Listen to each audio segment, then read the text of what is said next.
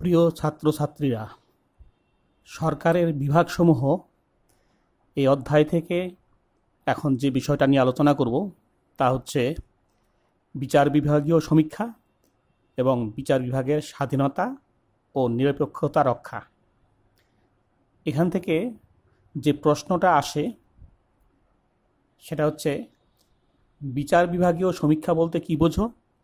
বিচার বিভাগের স্বাধীনতা ও নিরপেক্ষতা রক্ষার উপায়গুলি আলোচনা করো বা শর্তগুলি আলোচনা করো। এইভাবে প্রশ্নটা আসে। আবার কখনো কখনো একটু অন্যভাবে প্রশ্নটা হয়, তোমরা দেখে নাও। সেটা হচ্ছে, আধুনিক রাষ্ট্রে বিচার বিভাগের স্বাধীনতা ও নিরপেক্ষতা কিভাবে রক্ষিত হয়? যেভাবেই প্রশ্ন হোক না কেন, উত্তরটা একই রকম হবে।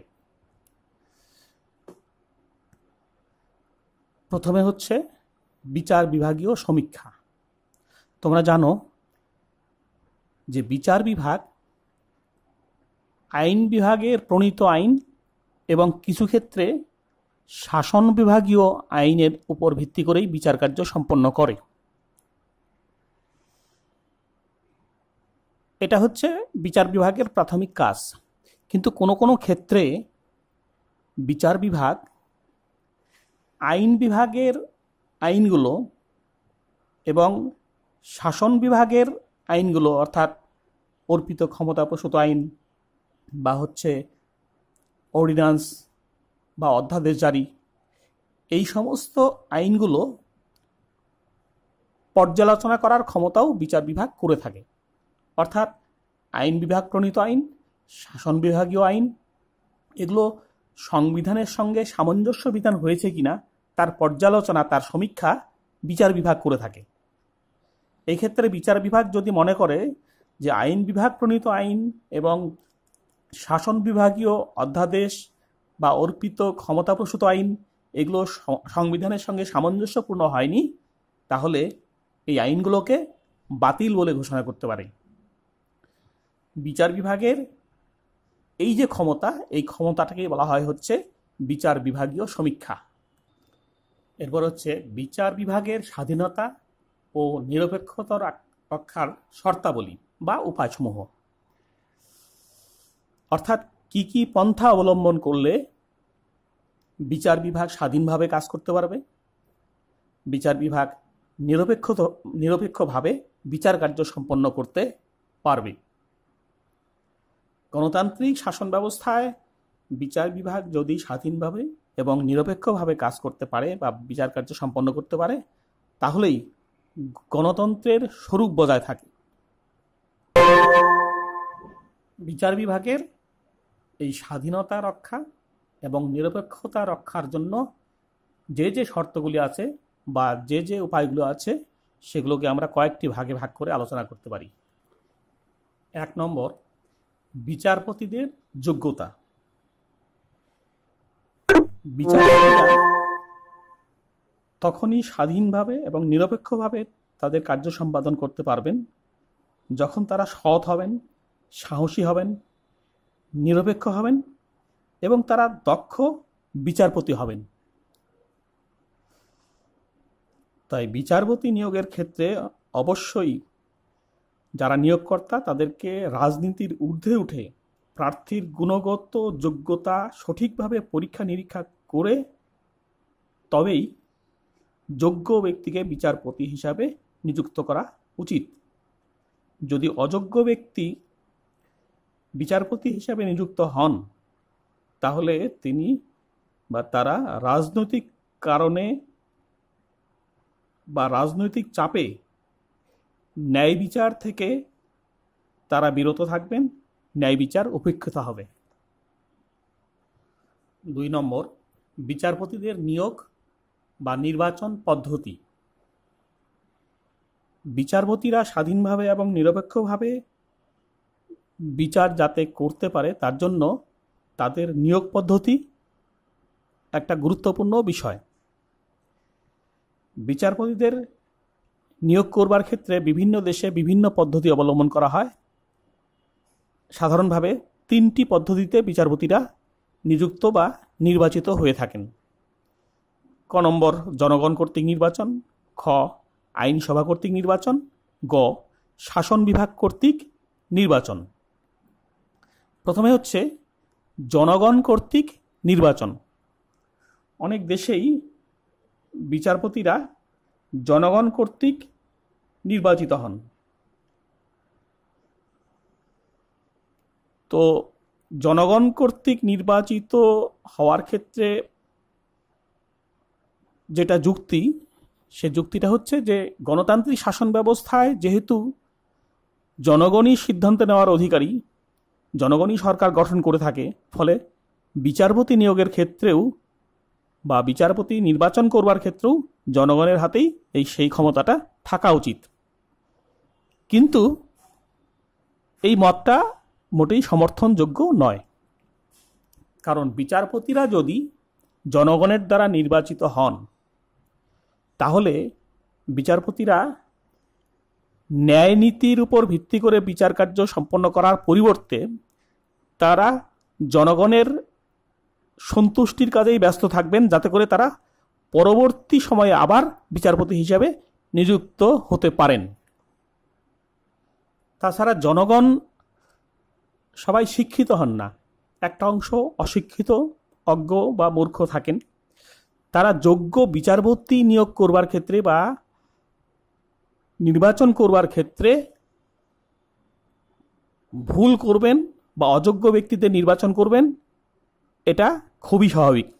এরকমটা যদি হয় তাহলে অযোগ্য ব্যক্তিরা বিচারপতি হিসাবে নিযুক্ত হবেন এবং সেক্ষেত্রে ন্যায় বিচার উপেক্ষিত হবে। এরপর হচ্ছে আইনসভা কর্তৃক নির্বাচন। অনেকে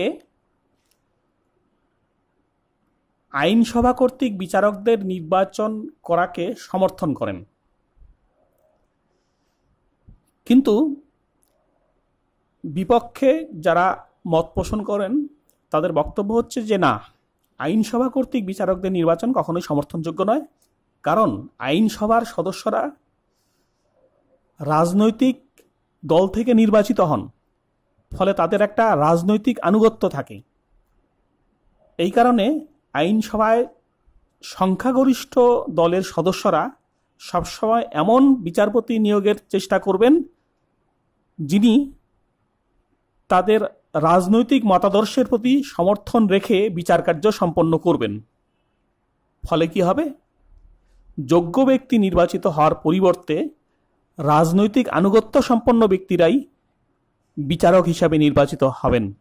ফলে আইনসভা কর্তৃক বিচারকদের নির্বাচনের যে পদ্ধতি, সেটাকেও সমর্থন করা যায় না।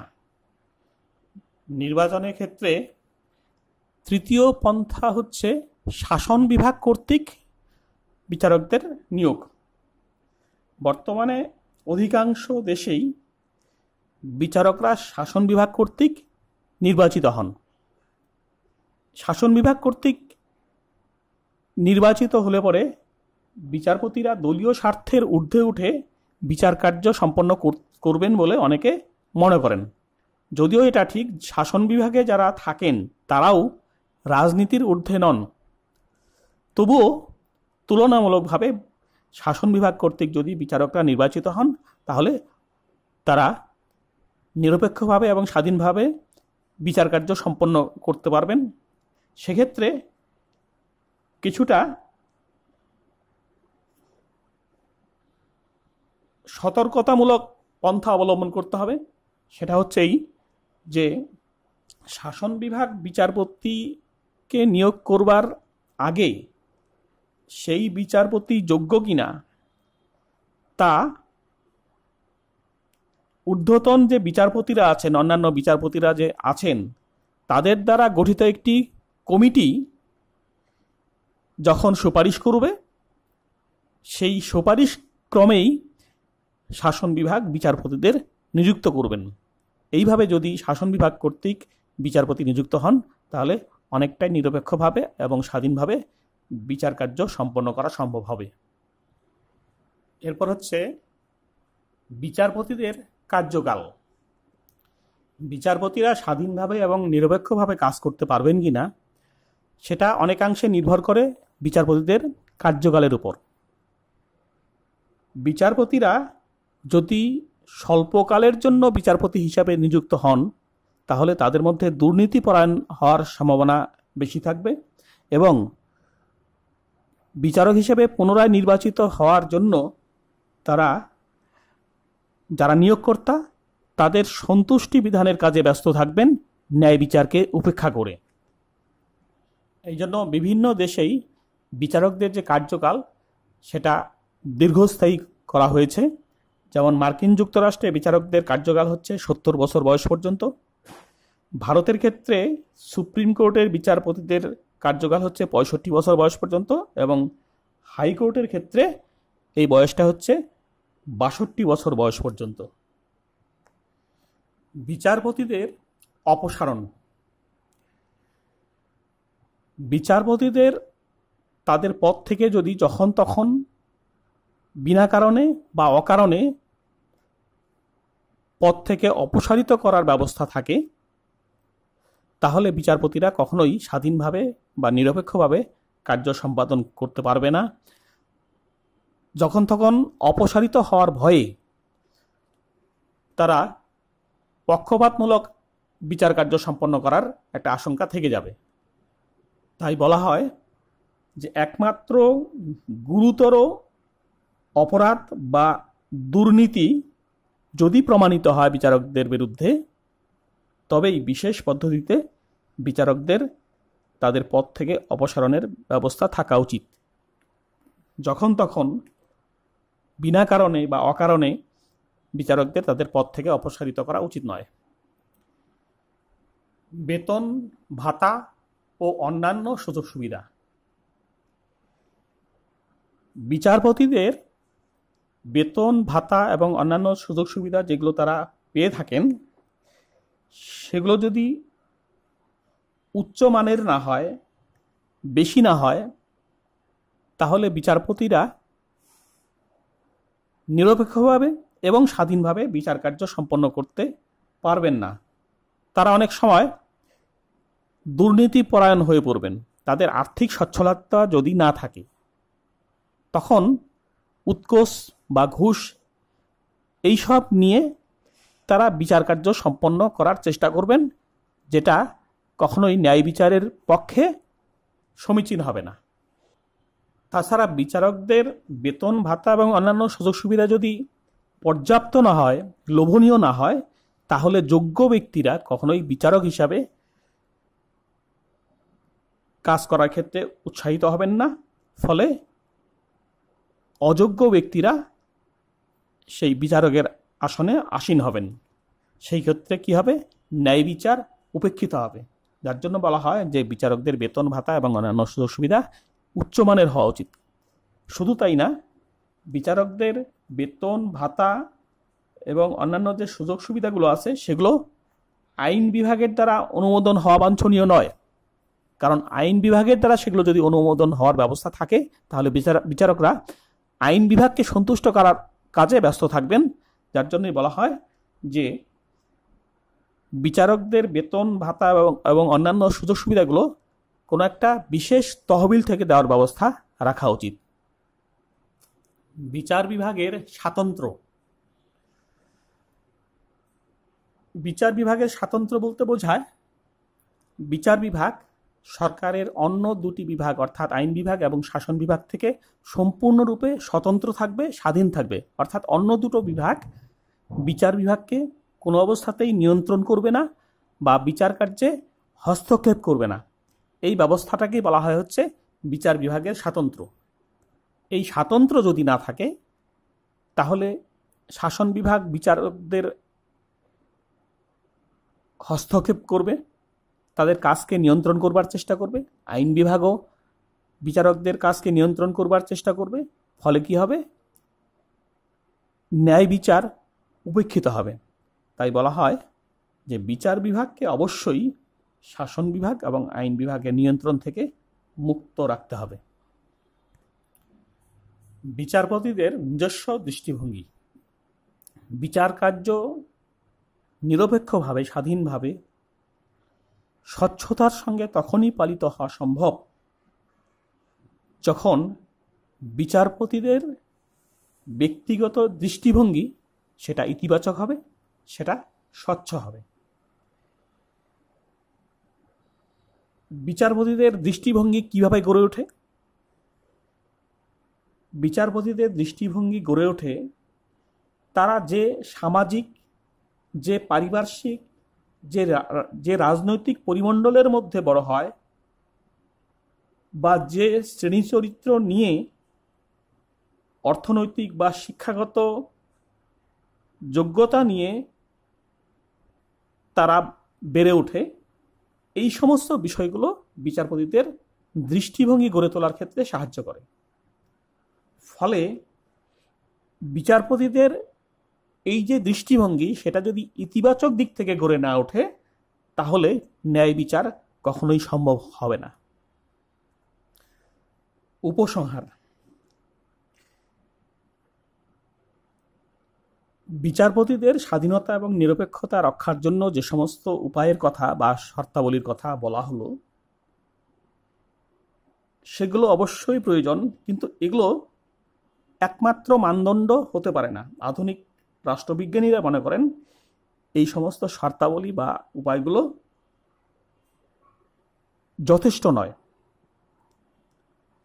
কারণ স্বাধীনতা এবং নিরপেক্ষতা রক্ষার জন্য যত রকম ব্যবস্থা করা হোক না কেন,